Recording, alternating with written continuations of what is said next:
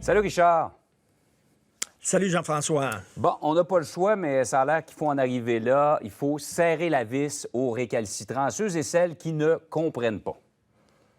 Écoute, encore, j'ai passé hier en auto là, en me rendant au travail, puis je suis passé devant un café qui était ouvert, c'était plein de gens assis avec leur ordinateur qui ne respectent pas les consignes.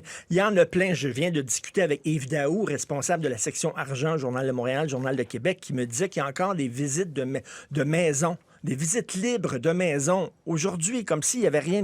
Écoute, là, à un moment donné, il faut serrer la vis parce que le message ne passe pas. Donc là, on parle de géolocaliser les récalcitrants avec leur téléphone cellulaire. Il y a des gens qui vont dire, ça, c'est Big Brother, c'est l'État-surveillance. On n'a pas le choix. On n'a pas le choix. Moi, je dis bravo. Puis si ça prend, s'il faudrait vous mettre une puce électronique dans le schtroumpif pour savoir où c'est que vous êtes, bien, qu'est-ce que vous voulez?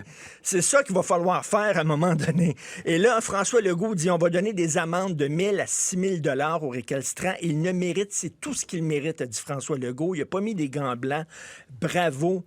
Écoute, je vais essayer de faire une histoire très simple. Puis j'ai tout le temps quand on parle d'Hitler. Je trouve qu'on parle tout le temps, là, on fait toujours des métaphores avec Hitler, et c'est trop facile. Mais regardez, on est en guerre. On est en guerre. La pandémie, c'est les nazis. C'est Adolf Hitler, OK? Bon, M.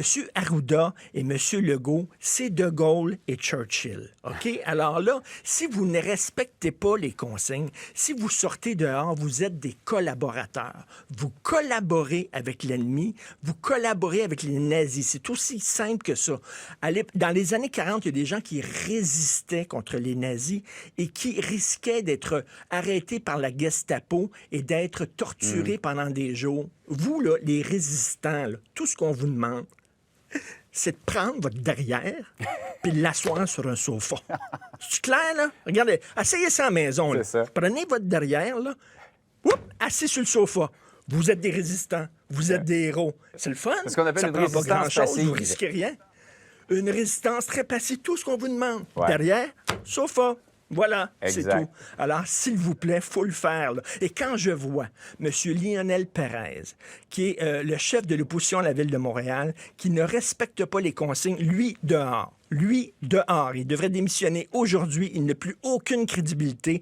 La prochaine fois qu'il va nous parler de l'intérêt général et tout ça, on va se mettre les doigts dans les oreilles en chantant « da, da, da, da ». On ne l'écoutera pas. M. Pérez n'a plus aucune crédibilité. Bye-bye. Par ailleurs, Richard, c'est toujours délicat d'aborder ça, mais il y a une communauté en particulier où les policiers sont passés hier dans un lieu de rassemblement. Là, c'est les Juifs hassidiques. Écoute, en Israël, OK, en Israël, c'est des Juifs qui vivent en Israël. Et en Israël, il y a eu un gros texte dans le magazine Marianne où les Juifs modérés, les Juifs laïcs disent aux Juifs hassidiques, écoutez, respectez les consignes.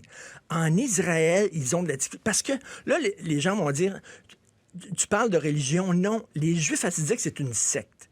Les Juifs hassidiques sont aux Juifs ce que les Mormons sont aux catholiques. C'est ça, c'est une secte. Et on dirait qu'ils vivent en autarcie.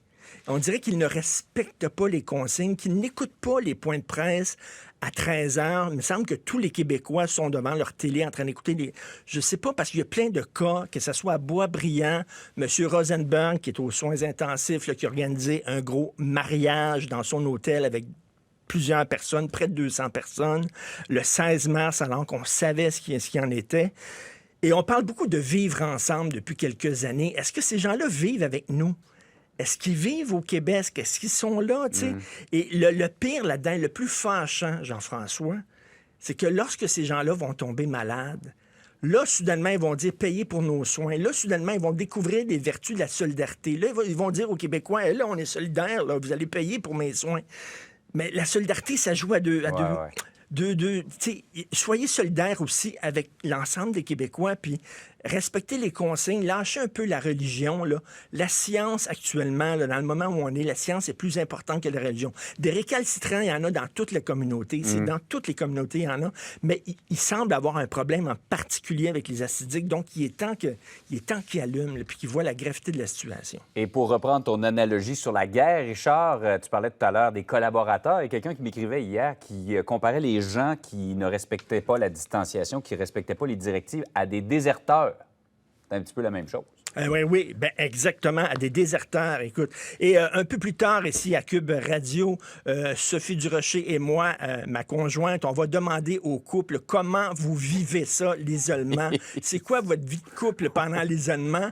Est-ce que vous vous courez après en criant? Comment vous faites pour essayer de prendre un peu vos distances? Est-ce qu'il va y avoir des divorces à la fin de ça? On en discute. Oui, c'est intéressant parce qu'on disait au début, donc, les gens disaient... à Cube Radio. Oui, les gens disaient au début, il va y avoir un baby boom, mais après ça, on s'est rendu compte, avec les expériences ailleurs, qu'il y a eu davantage de divorces. Un divorce boom. Mais n'oubliez pas, hein, ce week-end, les fesses sur le sofa. Les instructions sont très claires, Richard. On va les suivre. Salut! Salut, bon week-end.